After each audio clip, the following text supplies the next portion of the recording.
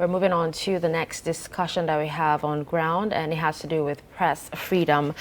Talking about strict guidelines for covering government proceedings and the incessant arrest of a prominent journalist, closing of media houses or some programs is raising concerns about deteriorating press freedom in Nigeria. It is becoming clearer that the manner of news reportage in public space is apparently not in tandem with the policy drive of the government of the day.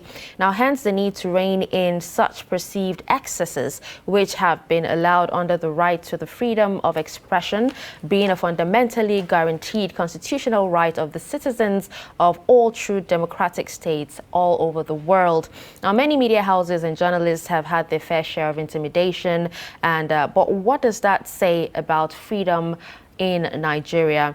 Let's get some answers from our guests today, and we have Ali M. Ali, the Deputy President, Nigerian Guild of Editors, as he joins us in the studio. Good morning and welcome. Good morning. It's good to be here. Okay, now let's set the tone, for this discussion, and I want to go to this directly. Nigeria is ranked 120 on the World Press Freedom Index, a drop of 5 spots from its ranking in 2020. Now, Reporters Without Borders describe Nigeria as one of the West Africa's most dangerous and difficult countries for journalists. Can we get your thoughts on that? Well, if you to look at, let's begin with legislation, for example, why media practice is very difficult in this part of the world. If you look at our legislation, notwithstanding the constitutional provisions, but you see that every day you will see the government of the day seeks more power to gag the press.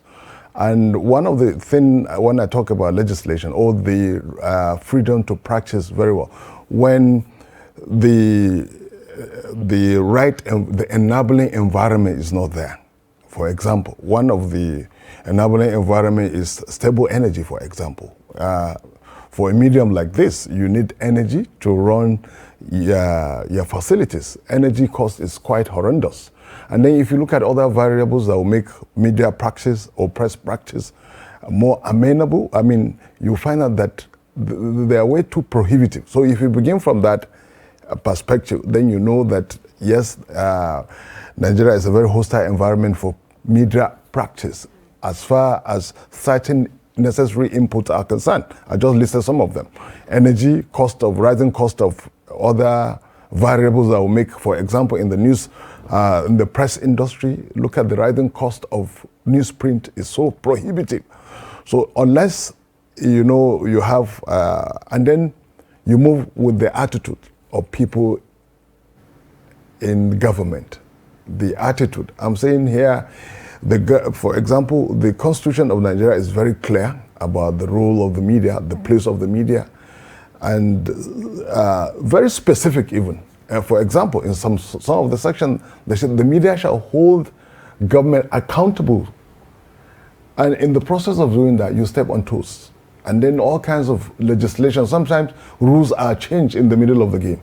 The goalposts are shifted forward. So all this put together make Nigeria practice in media practice in Nigeria quite challenging, quite difficult. So it's not surprising if Nigeria has dropped 5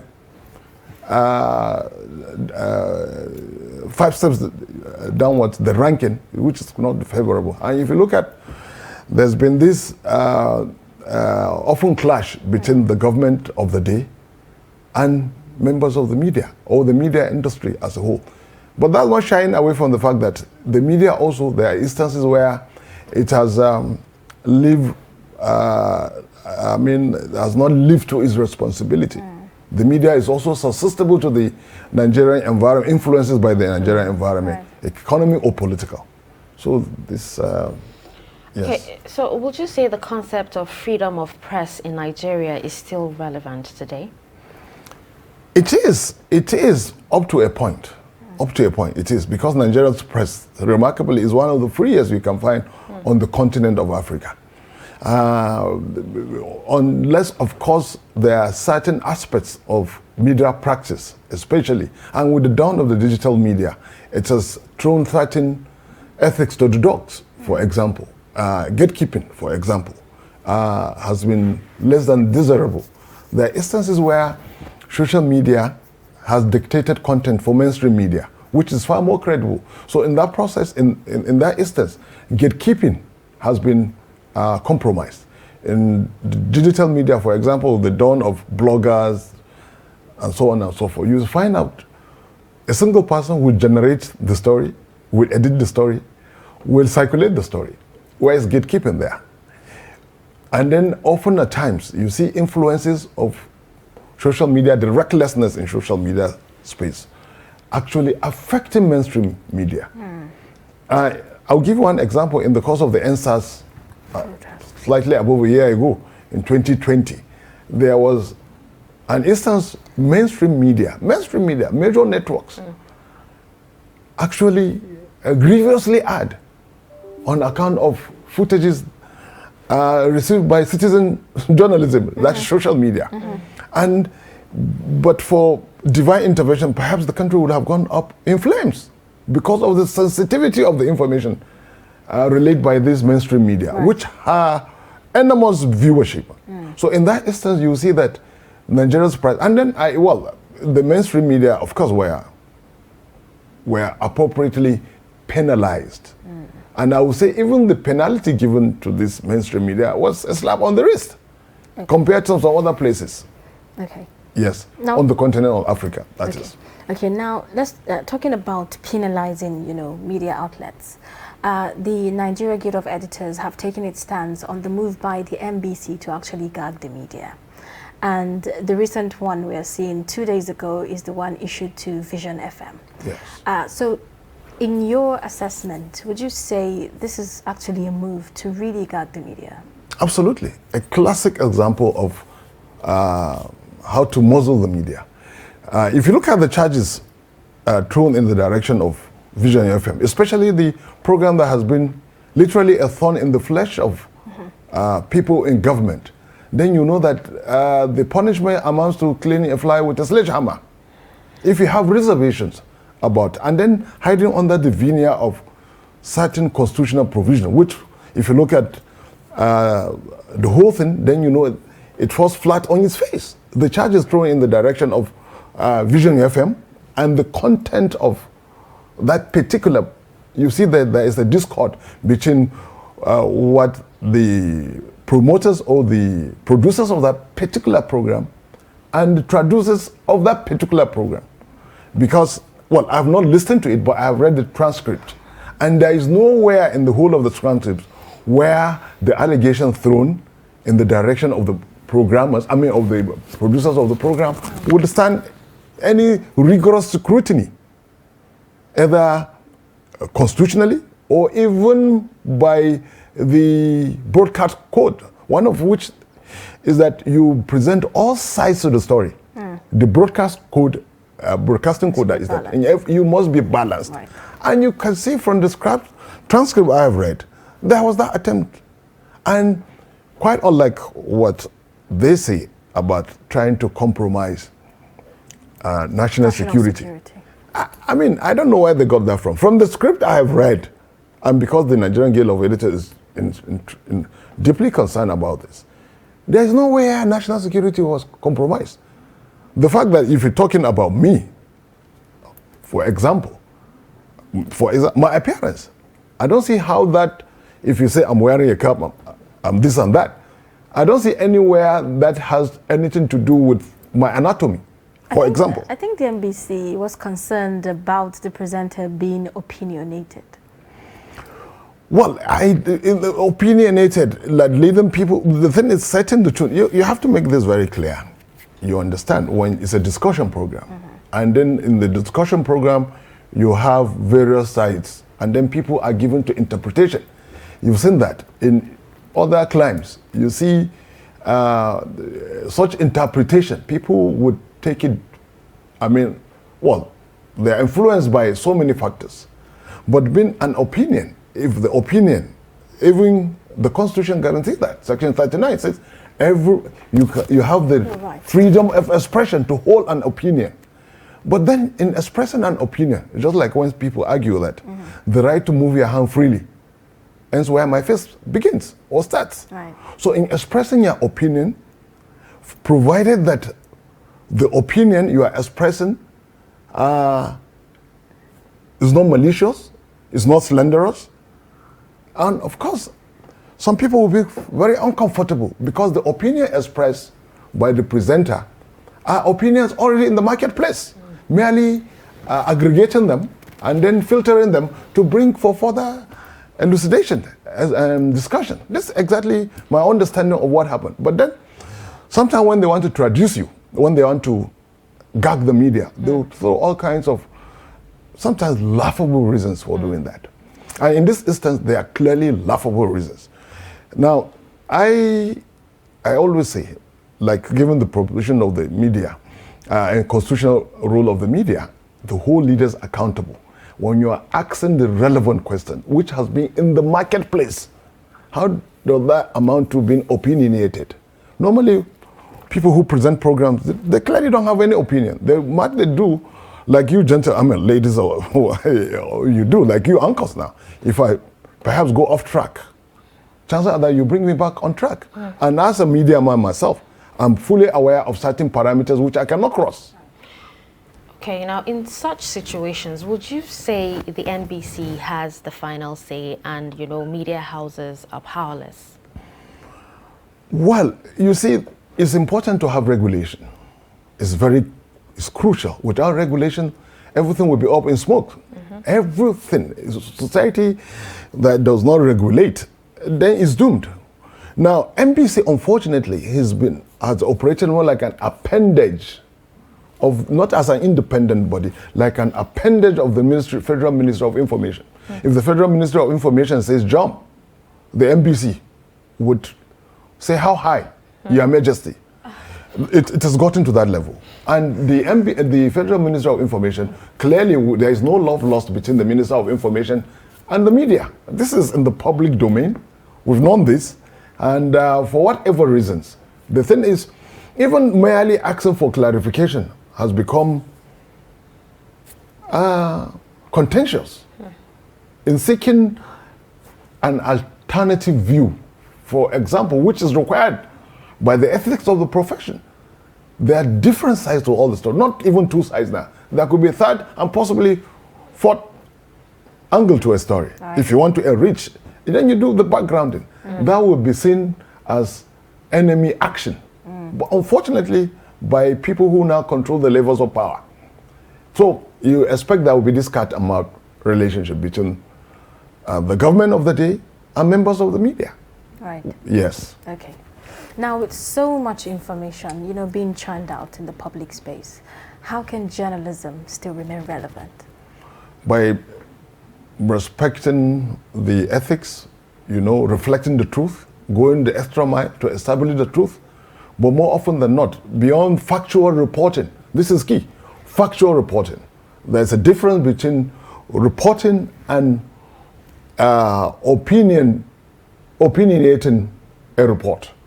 And then the danger here also is that of when people attempt straight line reporting, when you do straight line reporting, no ambiguity. But then sometimes the media, because of the severe competition, now news literally breaks by the minute, not even by the hour now. And because of technology now, in the days of yore, normally the earliest you could get a story is over 24 hours, except the radio. And the radio mainly was controlled by government. And government media are like, they are very thorough. And sometimes there are stories that self-censorship. The government may not even be aware. But then now with the dawn of digital media, so there is so much recklessness, so to use. Citizen journalism is not subjected to some of this rigorous filtration you see in the newsroom. What I mean filtration, you go through every stage from news hunting to news filtration, the gathering, the editing. It goes through several processes before it's finally, like fuel, titurated for public consumption.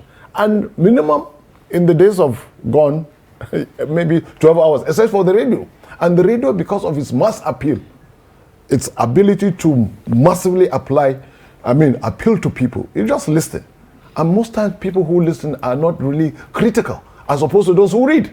Reading, the written word has always been elitist. But now what do we have now? Because of technology, what we have, media convergence they call it, And now even technology convergence. With the phone now, you can have visual, audio, everything put together. So there is a lot of pressure, making gatekeeping a difficult process, a difficult exercise. Because what in the past will go through maybe 2-3 pairs of eyes and professional scrutiny, now you see from generation to transmission. Then there's bound to be, in the process, increasing disregard for rules, for ethics, and then also in the process self-annihilate the media, unless it goes back to old school factual reporting. Chances are that it will become increasingly threatened, and then people will begin to lose confidence in the media. With the dawn of so many fake audio, fake video, and then digital editing, we're on the brink, like somebody said somewhere, this is not original to me, that we're on the brink of losing what is real.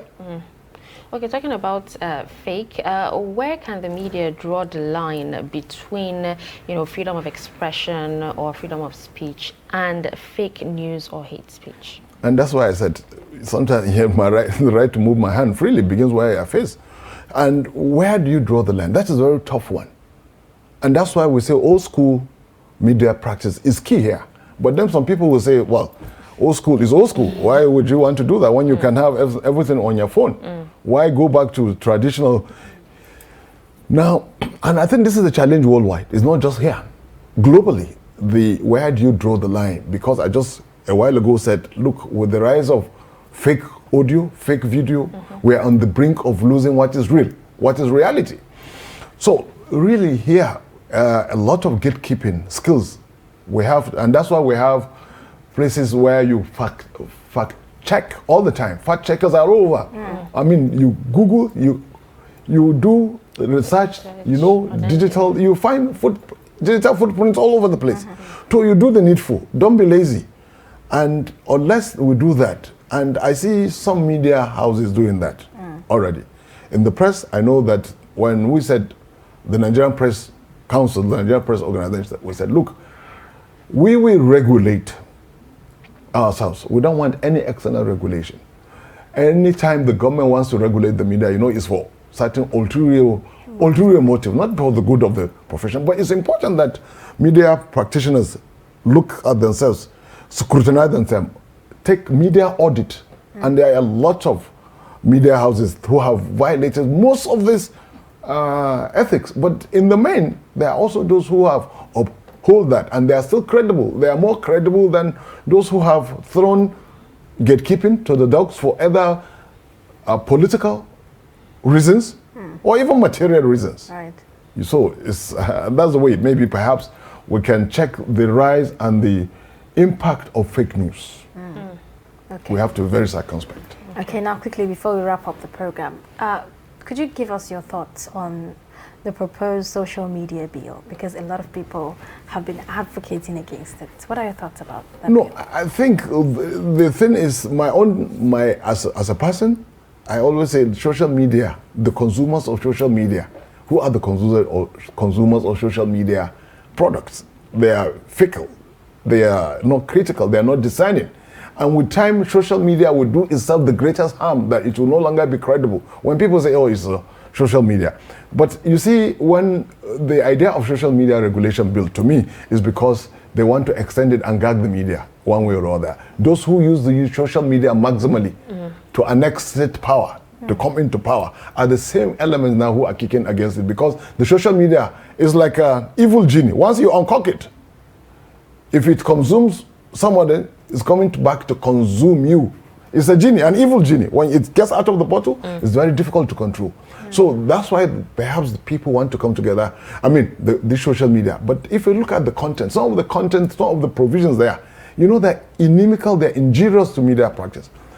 But in the final analysis, yes, I welcome the idea that it should be one way or the other. One of which is that in some other climes, for you to access, for example, any of the social media platforms, you have to pay certain tax. Right. But in Nigeria, people just go there. And then you have to have also verify accounts before you can do that. Right. So that if something goes awry, which is more than likely to, they know who to hold responsible. Like all media houses, they have addresses, they have fixed place of conducting their business, but social media there is like guerrilla journalism, if you like. Yes. Quite very interesting. Thank you so much for coming on the program, and we hope to have you next time. Thank you for having me. We've been speaking with Ali M. Ali. He's the Deputy President, Nigerian Guild of Editors, giving us very, very interesting perspective to the whole issue of press freedom in Nigeria. It looks like we've come to the end of the program. Yes, we have. I'm Darshan Husseina Usman. Thank you so much for joining us. And I'm Zainab Bala. See you tomorrow.